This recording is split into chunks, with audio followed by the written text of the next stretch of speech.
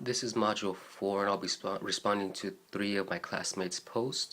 The first post is directed toward Vaughn. He discussed immunity lost to wrongdoing.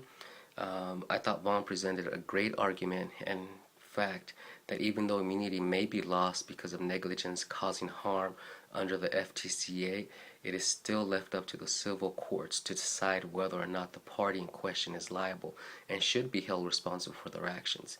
Police brutality and shootings have always received a lot of media attention, which doesn't always report the facts but has historically relied on hearsay, which is why trials are crucial so that all the facts can be presented that were not disclosed to the general public. I don't agree and or promote police brutality, but I do believe in due process. The second post I'll be responding to is to Joel, immunity lost due to a technicality.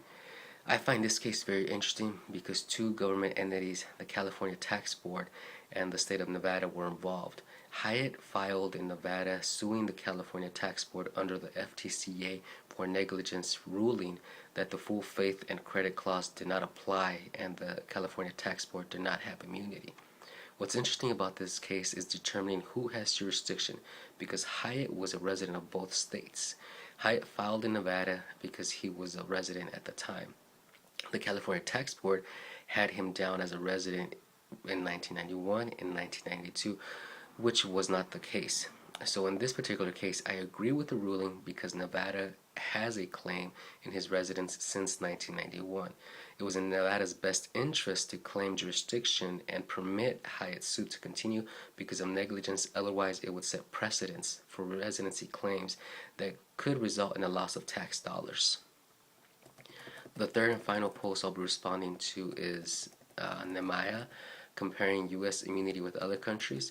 I found it very interesting that it wasn't until 1946 that citizens could begin to sue the U.S. in federal courts for torts committed by federal employees. It's the FTCA that was passed. It was actually passed after a B-25 crashed into the Empire State Building in 1945.